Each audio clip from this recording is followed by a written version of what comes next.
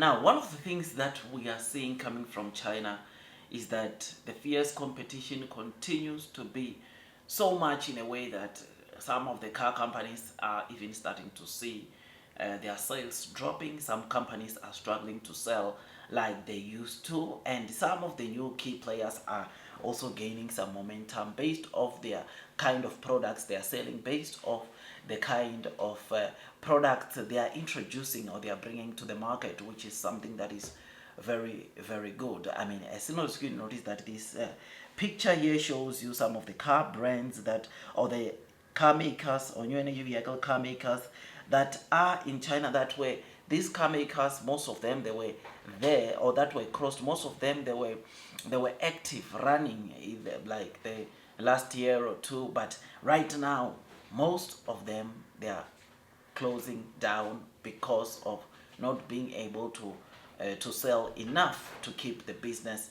running. And you will notice there that there are few, or there are almost half have been chopped off and half is remains, right? I mean, and you will notice obviously there that there's Neo, there's Onvo, and there's Xpeng, there's other new energy vehicle car makers, Leodo, Ato, Zika.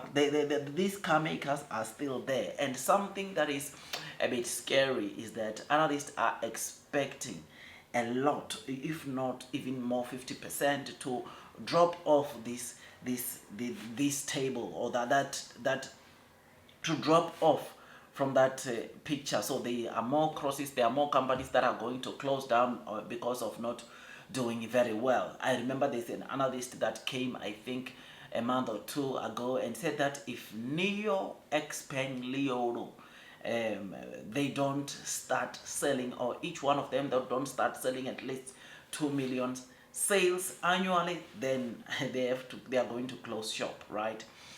We have discussed a lot about that, to say that, or trying to explain why Neo is different from the other EV competitors, because one of the things that analyst said is these companies are not innovating enough.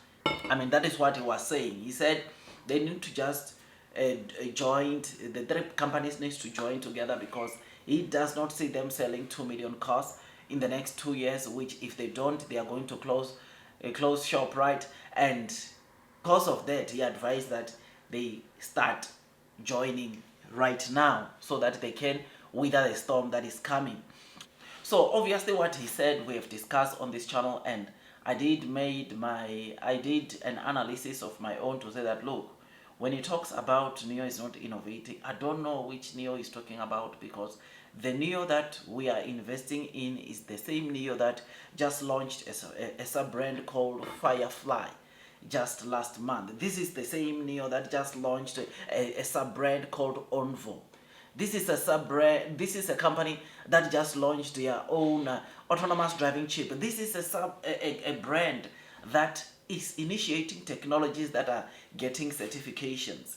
I mean, the stay-by-wire, which of course is a technology from ZF Group, that Neo ET9 became the very first model or car to have this technology and is driving on the streets of China right now, or it is the first car to successfully tap out and is mass produced, and people are buying with this technology.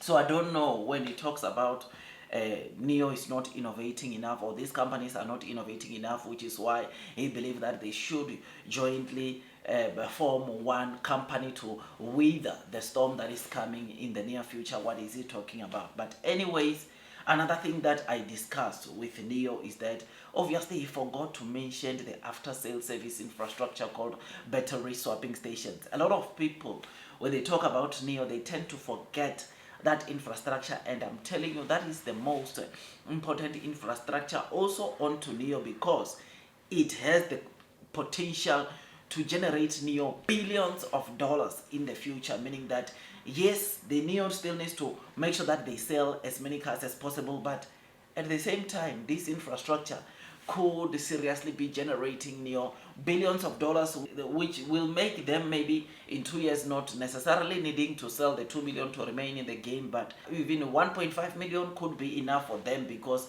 they have got this after sale service infrastructure called a battery swapping station, which enables them to generate even more revenues. I have discussed this with you, and on that list that I was just showing you there, I don't believe that Neo, Onvo, and Firefly are going to be crashed out, because look, man, Neo is getting ready, it's preparing for the future. They already see what's going to happen, and so many of the people were calling the Neo CEO not good in terms of decision making when he first introduced or when he first mentioned that they are going to launch 2 sub-brands under Neo.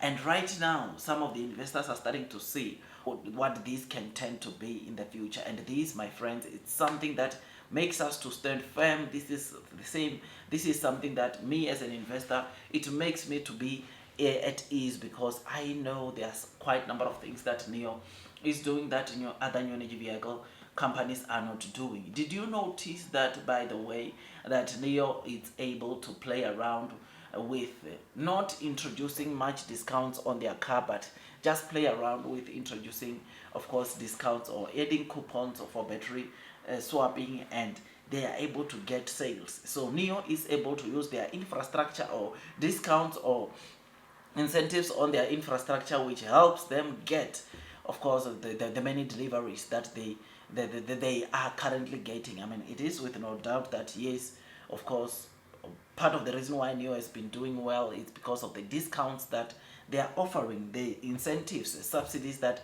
this government is offering to those that are buying new energy vehicle cars. And it is also because of the incentives that they are offering on a battery swapping station. I mean, there are so many people that are coming to buy Neo cars because of battery swapping stations. There is a lady that I think I did a video or we discussed about her over on Sunday, where he ultimately decided to buy Neo because obviously of battery swapping capabilities. There is also another lady, I think 2 weeks back, where we discussed the same reason, part of the reason why she did not go for Xiaomi, she did not go to Tesla Model 3, but came to Neo ET5. It's simply because of battery swapping capabilities, which is something that is great, something that is very, very exciting. So yeah, man, I do not believe that the steam or the fire that is on Neo is going to die anytime soon, because Neo continues to do things that other EV makers are not doing. And it is for that reason that no matter how many crosses we are going to see on that list, I don't see our very own Neo being crashed out of that table, unless the things change in terms of them implementing, or their strategies change, or they do something that, of course, maybe it will lead into them maybe losing a lot of customers. But for now, I can safely say, I think, based on my opinion, Neo is going to remain on that list for the longest period. Like, share, subscribe, hit that notification bell. I thought I'd give you this quick update. Tell me what you think about this. I will see you on the next one, and my dear friends, God bless you all.